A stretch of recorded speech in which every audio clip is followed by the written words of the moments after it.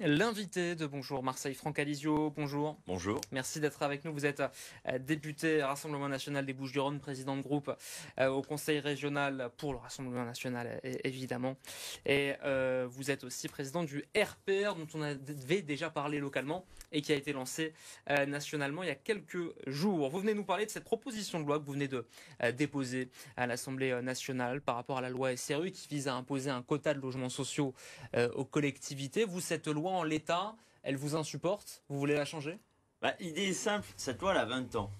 Aujourd'hui, dans notre région par exemple, on a l'exemple de Provence-Alpes-Côte d'Azur, il y a 95% des communes qui y sont soumises ne la respectent pas. Bon, moi je considère en tant que député, mais aussi en tant que citoyen, qu'une loi qui n'est pas applicable, qui n'est pas respectée, excusez-moi l'expression, c'est un peu se foutre de la gueule du monde. Donc à un moment donné, cette loi, pour être applicable, pour être respectée, il faut qu'elle soit assouplie. Voilà. Aujourd'hui, il y a beaucoup de gens qui attendent un logement social, c'est vrai. Et ces logements sociaux doivent être réservés à ceux qui le méritent vraiment. Pour faire de la place dans les logements sociaux, il faut déjà les réserver en priorité, premier arrivé, premier servi. Faut pas que ce soit la dernière personne qui entre sur le territoire français qui puisse avoir accès au logement social. Il faut aussi que ceux qui foutent le bordel, ceux qui sont délinquants, soient mis hors du logement social. Ça fera de la place pour les gens qui ont besoin d'un logement social aujourd'hui. Oui. Après, il y a un problème de place.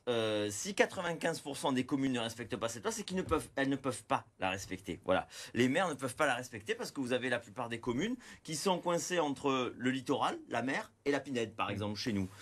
Donc, si vous ne pouvez pas faire respecter une loi, moi je propose de l'assouplir. On ne peut pas partir du principe que 25% de tous les logements de la commune doivent être sociaux. Ceci, c'est pas tenable. Je prends l'exemple de la ville de Marignane. Il y a 15% de logements sociaux. Elle ne pourra pas monter à 25%. Donc je propose que ce soit uniquement sur les nouvelles constructions. Chaque année, lorsque, je ne sais pas, vous avez 200 par exemple logements collectifs qui sont créés, il faut qu'il y en ait 50 qui soient des logements sociaux. Ça, c'est applicable, ça, c'est possible. Parce que les pénalités, parce que lorsque le maire ne respecte pas, la mairie ne respecte pas, il y a des pénalités. Ces pénalités, au final, c'est l'habitant, c'est le contribuable qui paie. C'est parfois 100 € de plus par foyer fiscal, ces pénalités. Donc c'est juste de l'impôt déguisé. Moi je suis contre l'augmentation des impôts en général. Donc vous êtes de ceux qui attaquent en tout cas cette loi SRU dans son état actuel, comme le faisait Martine Vassal et 42 maires des Bouches-du-Rhône il y a quelques je les ai entendus, semaines justement. de ça, qui eux en fait dénonçaient cette loi SRU, dénonçaient aussi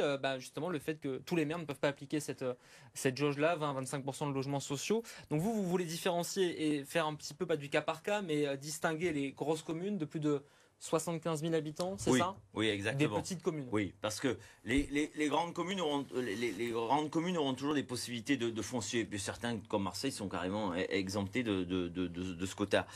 Mais les communes entre 3500, en dessous de 3500, c'était déjà exempté.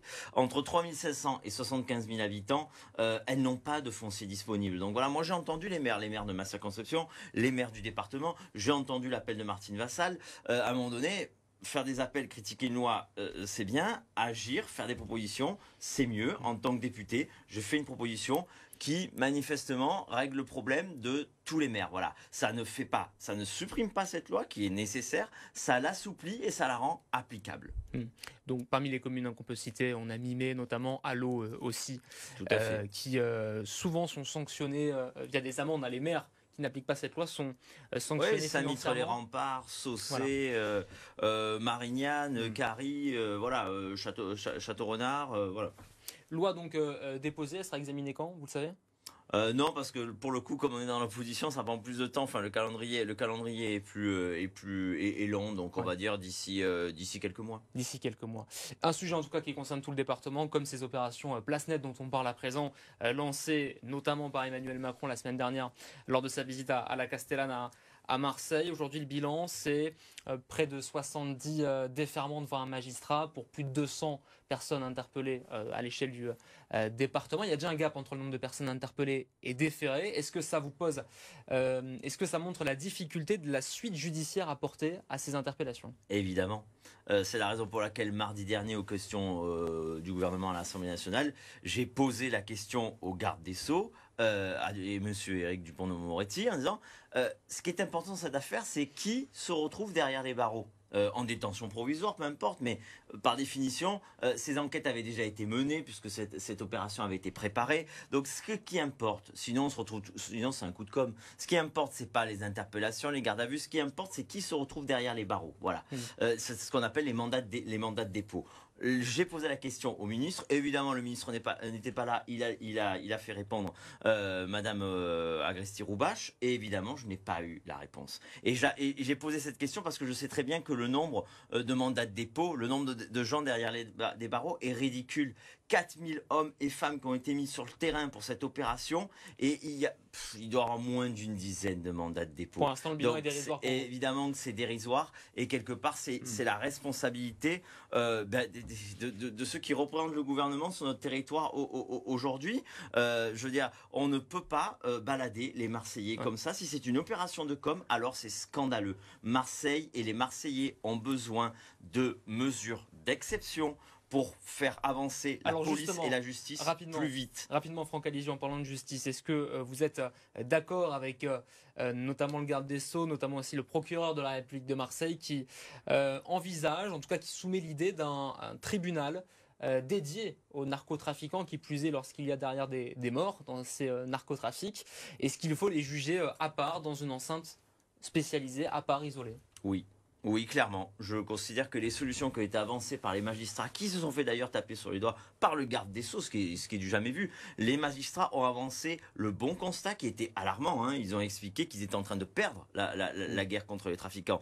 Et ils ont demandé de véritables mesures d'exception. Je suis sur ce modèle. D'ailleurs, d'ici quelques semaines, je ferai des propositions là-dessus. Encore une fois, la politique, c'est sérieux, c'est pas un jeu. Lorsqu'on est en politique, on fait des constats, on critique, mais on apporte aussi des solutions. J'apporterai des solutions. Aujourd'hui, la mairie de Marseille ne fait pas son boulot, mais surtout, le gouvernement ne fait pas son boulot, et tous ceux qui soutiennent ce gouvernement. Donc, chez nous, Madame Roubache, Monsieur Muselier, voilà.